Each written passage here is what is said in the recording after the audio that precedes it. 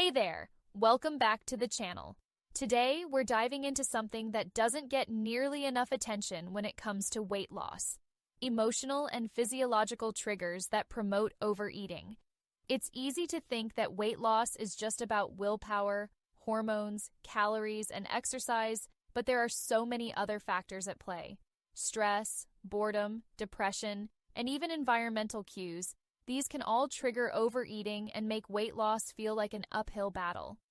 And let's not forget sugar addiction. Yes, it's real, and it can sabotage even the best of intentions.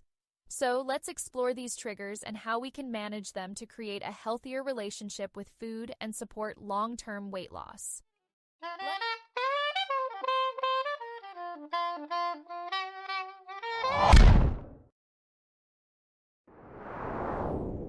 Let's start with stress. Stress is a huge trigger for overeating. When you're stressed, your body releases a hormone called cortisol, which can increase cravings for comfort foods, especially those high in sugar and fat. This is often called stress eating, and it's not just in your head. Your body is actually telling you to eat more because, historically, stress meant danger, and your body wanted to store energy for survival. Think about those late nights when you're stressed from work or life and you just want to dive into a tub of ice cream or a bag of chips. It's your body's way of coping. But the problem is, this cycle leads to overeating and weight gain, especially if it happens often. One way to combat stress eating is by finding healthier ways to manage stress. Whether it's meditation, exercise, or even just taking a few deep breaths, learning to calm your mind can help you avoid reaching for that quick fix in the form of food. Boredom is another sneaky trigger for overeating.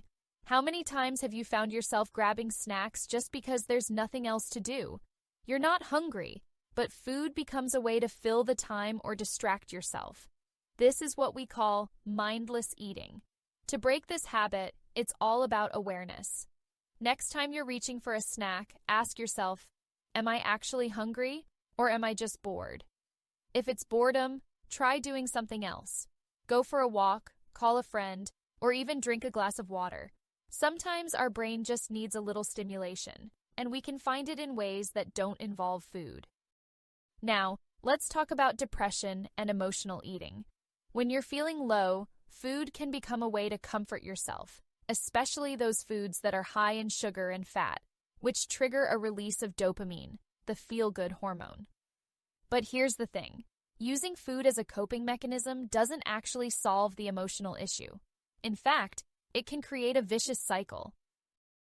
You feel down, you eat for comfort, then you feel guilty or physically sluggish afterward, which only deepens the emotional distress. Breaking this cycle starts with recognizing it.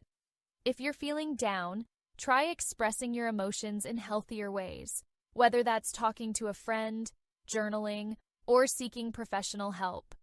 It's important to address the emotional root of the problem instead of turning to food. Another big factor that many people overlook is environmental triggers. Think about this. Do you ever walk into your kitchen and feel an immediate urge to eat something, even if you're not hungry? This is what we call a Pavlovian response. Your brain has associated certain environments, like the kitchen or the couch in front of the TV, with eating. It's almost automatic, right? You might not even be thinking about food, but the moment you enter that space, your brain kicks into gear and says, let's eat. One way to combat these environmental triggers is to change your surroundings. Keep snacks out of sight and try to create new associations with certain spaces. For example, if you usually eat while watching TV, try doing something else with your hands, like knitting, doodling, or even holding a stress ball. This helps break the automatic link between the environment and food. And now, let's talk about the big one, sugar addiction. Many people don't realize just how addictive sugar can be and that carbohydrates are made of sugar. When you eat sugar, it lights up the reward center in your brain, releasing dopamine, which makes you feel good. But, just like any addictive substance, the more you consume, the more you crave. Breaking free from sugar addiction takes time, but it's possible. Start by gradually reducing your sugar intake and replacing sugary snacks with healthier options like nuts or cheese. Over time, your brain will start to rewire itself, and those cravings will subside. So, what's the big takeaway here? Weight loss isn't just about willpower, calories, or exercise. Emotional and physiological triggers like stress, boredom, depression, environmental cues, and sugar addiction can all drive overeating. The key is building awareness around these triggers and finding healthier ways to respond. By managing stress, breaking sugar addictions, and understanding your emotional relationship with food, you can take control of your eating habits and set yourself up for long-term success. Remember, weight loss is a journey, and it's important to be kind to yourself along the way. Thanks so much for watching. If you found this video helpful, don't forget to like, subscribe, and hit that bell icon for more tips on health, fitness, and well-being. Take care, and I'll see you in the next one.